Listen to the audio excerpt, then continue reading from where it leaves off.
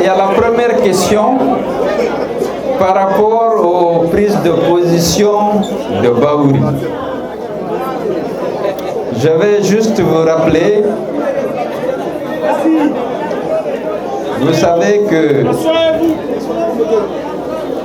avec Bahouri, on avait un contentieux. Lorsqu'il a été nommé Premier ministre,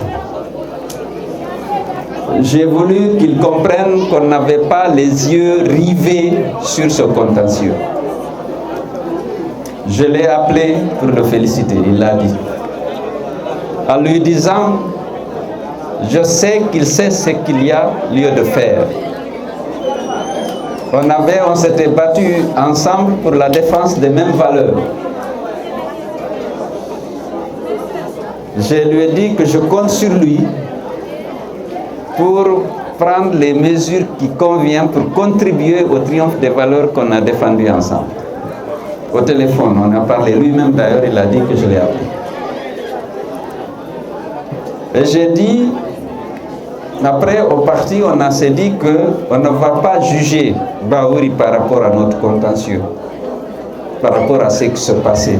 On ne peut pas aussi juger un homme public par rapport à son passé, mais par rapport aux actes qu'il pose, par rapport à la cohérence ou à la conformité de ses actes aux attentes de la population qu'il est censé connaître.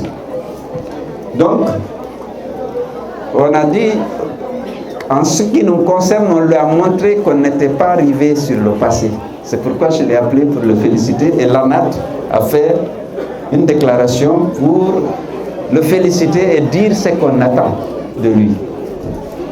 Donc aujourd'hui, nous sommes dans cette attente, mais déjà vraiment les premières prises de position qu'il a faites ne nous rassurent pas.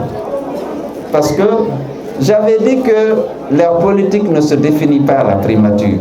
J'ai même discuté avec quelqu'un hier qui semblait trop se décharger sur Bahouri. J'ai dit ça, c'est pas lui.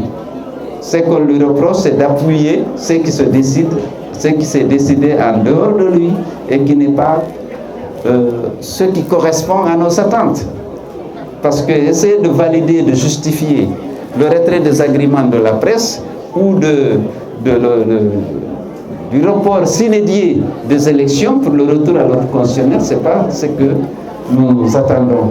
Pour l'instant, il ne s'en prend pas à l'UFDG, mais les prises de position politique qu'il prend ne correspondent pas pour l'instant à nos attentes. On estime qu'encore qu'il a le temps de rectifier les tirs, mais qu'approuver et défendre le musulman de la presse n'est pas normalement de nature à obtenir notre soutien. D'autant plus que c'est un garçon qui s'est beaucoup battu pour les droits humains et pour les libertés bien avant que moi-même je ne vienne dans la politique.